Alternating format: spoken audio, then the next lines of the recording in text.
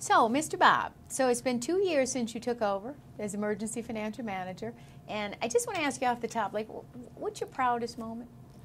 Well, the proudest moment for me has been the Reading Corps program, the volunteer Reading Corps program, wherein we had a program at Renaissance High School. We had about 3,000 citizens from representing 137 jurisdictions around the region, and those individuals came to that meeting to volunteer to help children learn to read, because at the end of the day, if we don't have kids who can read well, then those are the children who are least likely to succeed at any level in the Detroit public school system. Wow, so you saw the community come together and really try and make a difference in these students' lives. Yes, and what was so amazing about it, again, not only were there, adults from the city of Detroit, but from the region, including two citizens from Canada. Wow. Who volunteered for the Reading Corps program. Okay.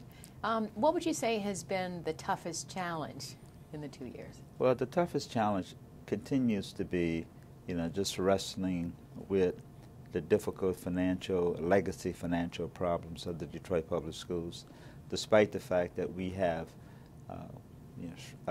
taken significant expenses out of the budget. We've privatized a number of our services, but at the end of the day, we still have this legacy deficit. It's like a cloud hanging over our heads. The Detroit Public Schools has been in deficit for 9 of the last 10 years. And in 2005, the school district had a real opportunity to reform itself when it had additional cash through a long-term borrowing and didn't do so.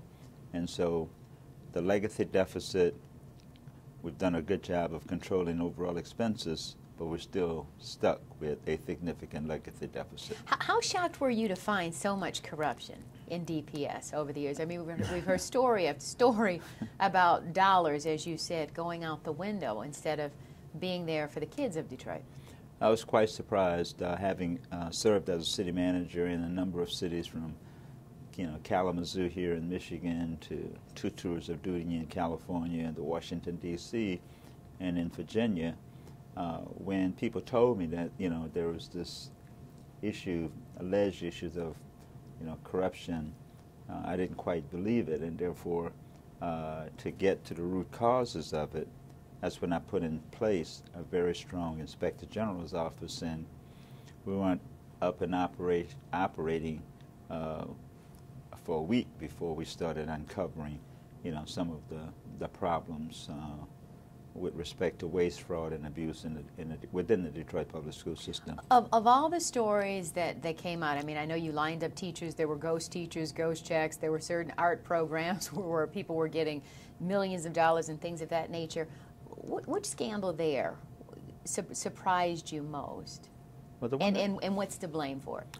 Yeah, the one that surprised me the most, and we're working on a couple of other cases as well, is when we have individuals who are using their Detroit public schools sick time, or sick leave, and calling in absence and working full-time with other employers. That to me has been a significant surprise, and we have a case that's pending now with an individual doing the very same thing that others have been doing with respect to taking sick days off, working full-time for another employer in the city. So that's been a huge surprise. The other one, which we hope to break these cases in the next few weeks, is the fact that we have a number of employees who are no longer employed at DPS, but who are taking not sick leave, but who are using the unemployment benefits of DPS, but working full-time for another employer, or who have taken unemployment benefits for DPS, but who have a new job, but have not let us know that they are abusing their unemployment. Wow. And so that's, that to me has been a surprise. The other surprise has been, where individuals working in our warehouse with cameras all around, returning at the end of the workday and lifting computers and taking those computers off for sale. So it's, okay. to some extent, it's been a cesspool of corruption. Some of those I didn't hear about. Okay. So with that said, then, what do you say to people? Because I look back on your bio, and on your bio at the start, it said the deficit was projected to peak at $305.8 million in 2009. It's now $327 million, right? Correct. So what do you say to people who say, why is it higher, Mr. Bobb? Yeah, that is a great question, because I get asked that question quite frequently. Again, the deficit was expected to peak at $305 million. We reduced the deficit down to $219 million, and now it's $327 million. A large part of that are in several categories. One, when we entered into our labor negotiations, we had projected about $80 million in concessions. Those contract negotiations went on well beyond, deeper into the fiscal year. Thus, we weren't able to realize all of those concessions. We also educated about 3,000 students more than what we actually had a budget for, and that created about a $20 million deficit in our budget. And I also brought back a number of positions like school counselors, the piano players at a number of our schools, some bus attendants.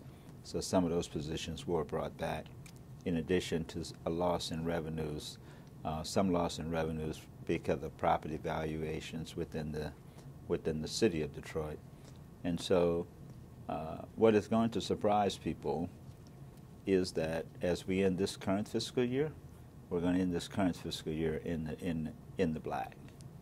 And we'll be able to, I believe very strongly, we'll be able to reduce the $327 million deficit going forward into the future.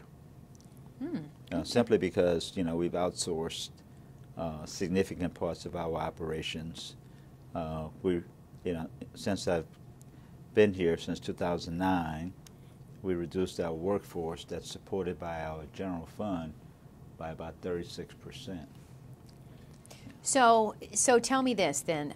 I'll come back to the closure of the schools. Since you brought up concessions among teachers, though, just today, all of those layoff notices went to all of those teachers. I know we heard you on the news speaking about that last night, but what do you say to teachers who are fearful now? They believe that they cut a deal with you in 2009 in good faith and said, okay, we're going to give $10,000 back in our salaries, and we have a solid deal, and now they feel with your new powers as emergency financial manager that you may come and say, that deal is off the table, then modify everything, including their collective bargaining rights. Well, although the teachers voted to reduce their pay by $500 per month, they get those dollars back. Guaranteed, they will still get those dollars back. They still will get those dollars back. I mean, it's a contingent liability that we've created, but they receive those dollars back upon retirement or when they separate. And in fact, we've not reimbursed those who have contributed but who've left the school district. So they will receive those dollars back. I mean, it's their funds. They help the district. Quite frankly, it has been a very unpopular program among teachers. And so as we go forward in the future, as we build next year's budget, we're not building next year's budget on the basis that we're going to ask teachers again to contribute. So that's one of the areas that will not be part of the budget that I proposed going forward into the future, because the program has been very difficult to administer. In addition, it has been very unpopular.